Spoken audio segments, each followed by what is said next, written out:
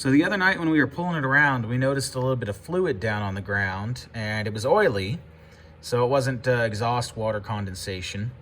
And looking down this area, you can tell that the power steering had a lot of gunk built up. You can see that down underneath, way down the frame rail there. So we pressure washed that, a lot of it, all that stuff clean, and then we looked down and we saw some fresh oil over all that, which you can't necessarily see too well. But we started it up, we ran the system back and forth, and then we saw a fresh bit of fluid coming out right there. So that hose has just started to degrade, and it's leaking some fluid out at a pretty good rate all the time right there. So this is the high pressure hose, and luckily it's a relatively easy to find part. Ought to be in stock, so we're gonna run down and see if we can pick one of these up at the local auto parts store. All right, so we just saw that our high pressure power steering hose was leaking, and we're gonna go ahead and replace it. Ran down to our local AutoZone and we picked up this hose. It looks like part number 80290. So luckily they had this in stock. It's a common vehicle. I think it came out to about $24 for the hose. It has a lifetime warranty. On one of my Jeeps, I installed one about 5 years ago and it's held up fine. So low price, lifetime warranty, it's hard to beat, and it's in stock. So happy to run it. Usually I try to find the best parts that I can, but this one seems to be a great value. So we're going to get this installed. We're going to make a bit of a mess, and this should take care of this power steering leak we're seeing.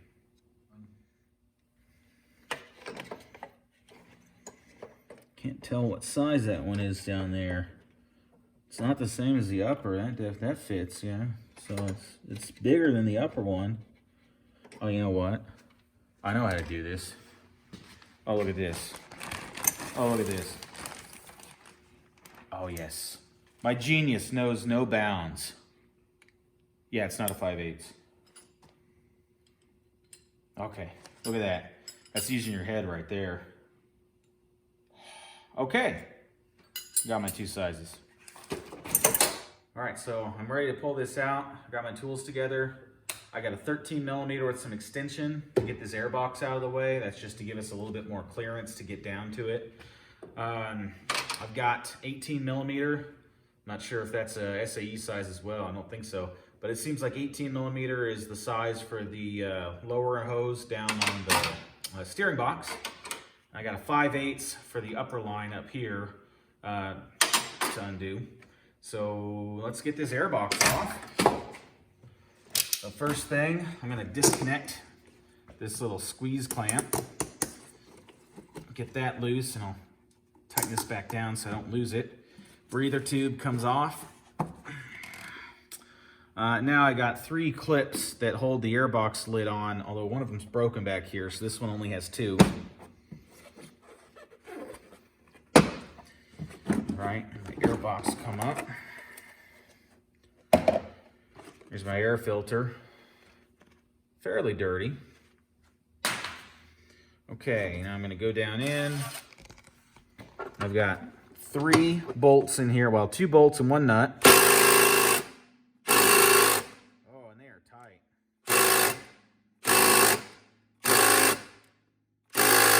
All right, we're gonna need more torque for that, maybe some coil.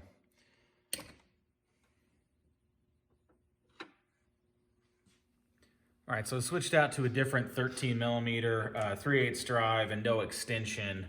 I coiled them, hit the tops and the bottoms, so hit the nut up here, the threads on these front 2 from underneath. So we got some coil on them. Now, they are still pretty tight, a little bit rusty, so I'm working them back and forth because I don't want to break one off. So I'm gonna go a little loose, a little tight, a little loose, a little tight. Back and forth to get these freed up. So here's my first one.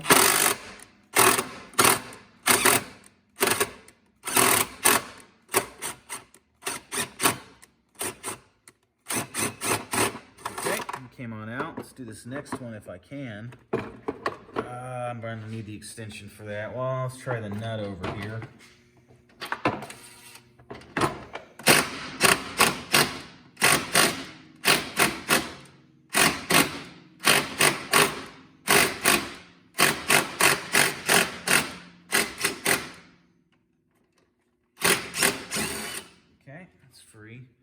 guess I gotta try doing this one with the extension on.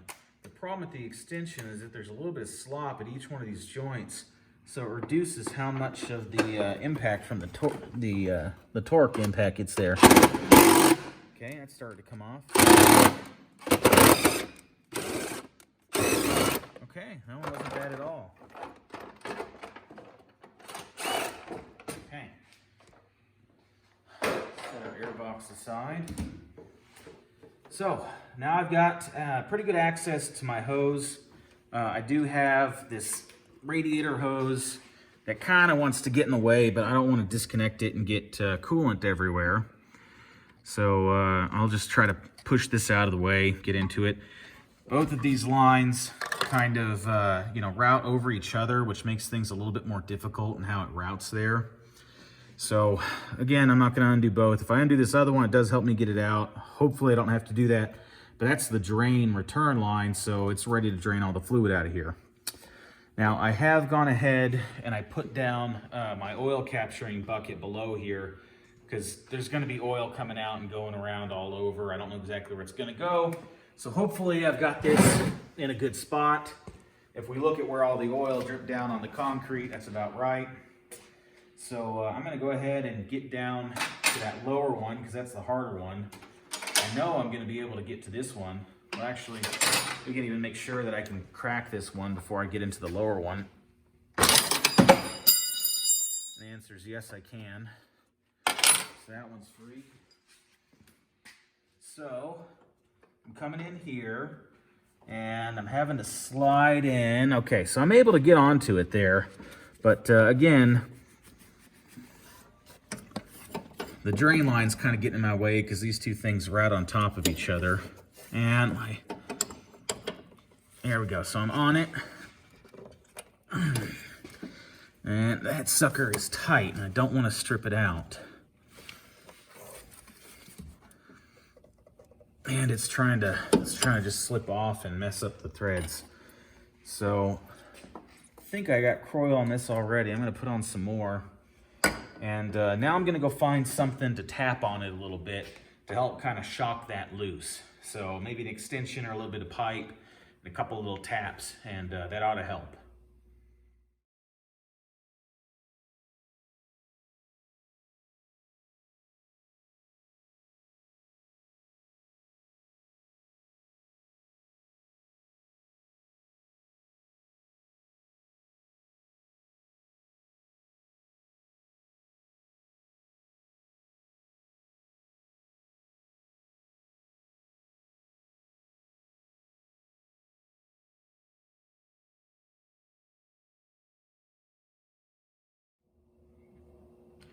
Well, that was a lot harder than previous vehicles, probably better than some other people's.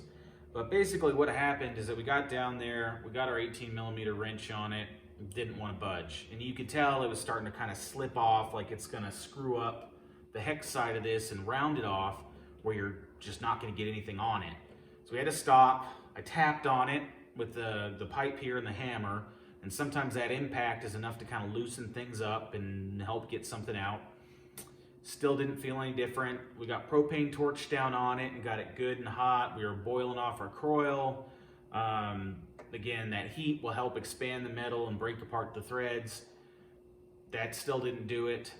So next move, we went and got the Sawzall out, and we cut through the hose, or the pipe down there.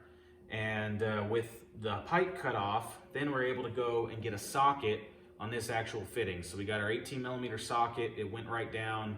I got the breaker bar on it, and pretty much right away it cracked it, and then this thing ran out by hand. So just took a little bit more torque and a good fitment on this little nut part here before I was able to get it to break loose. So it's always something. It's things like this that slow you down. It doesn't go perfectly easy, but now that that's out and starting to drip some fluid, I'm going to undo the top here and get the new hose on.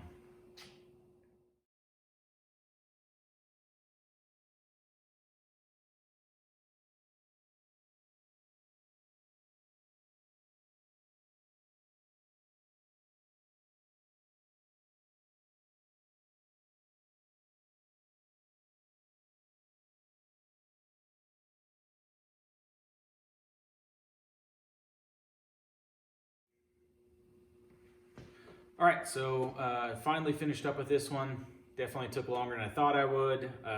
Fought me getting it off, getting this one little piece to come out. Fought me going back in, couldn't get it lined up properly. Tried a couple of different times, a couple of different ways. Ended up pulling off the return line. Luckily the return line unscrewed easily, and then I was able to get it on. So now it's on, it's done. I've got everything tightened up, but now what we're gonna do is start it up, run the steering wheel back and forth a little bit to make sure we get it bled, because we probably got some air in here. And we're also gonna look for any leaks as we go back and forth with it under pressure, especially when you go full lock one direction and full lock the other. When that's at lock there, you can really hear the power steering pump bogging down, and that's when we're gonna be able to tell leaks the best. So I'm gonna start up.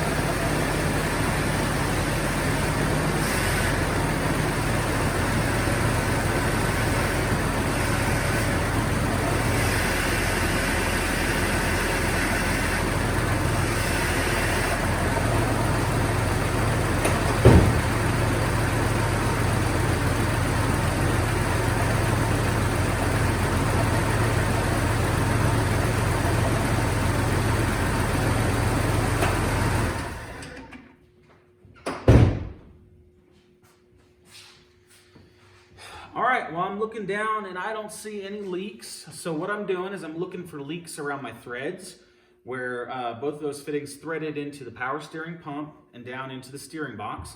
I'm looking for leaks there. I'm looking for leaks a little further up where the steering line goes into that threaded fitting. Just make sure nothing's leaking out that way. I'm over at my hose where the hose is crimped on to the metal line. I'm looking for any leaks there. I wouldn't expect any, of course, with a brand new part, but if it was bad for some reason, I want to know it right now. And just in general, checking to make sure I didn't do anything else wrong or introduce a new leak somewhere. I did spray down my fittings that I touched with some brake clean, so that way I got rid of all the old hydraulic oil that was down there so I could see if there's a fresh leak. So that's very helpful because otherwise you can't tell if it's new or old. So get all that stuff cleaned off so you can tell if it's actually leaking. Now, before I went and did that, I did start it up and look at it, just make sure there wasn't any huge leak going on that was real obvious. Then when it didn't seem that way, I sprayed on the brake clean, and then we started up and looked at it. So that went pretty well in terms of the air. I did get a whole lot of ingrained air in the system. If we were replacing the pump or the steering box, you'd probably get in a lot more. But I don't have to do a whole bunch of bleeding, jack it up on the front and go back and forth. You can just hear it, and you can hear that it sounds normal, and we don't hear all that air in there. So there's one more little thing down. We've solved that leak, and I think that's pretty good. So we'll see what we do next time. Otherwise, I hope you learned something. I hope you got something out of that. If you enjoyed that video, appreciated it, hit that like button. Go down, you like this, I've got more videos coming, hit the subscribe, that will really help me out, and hope to see you again.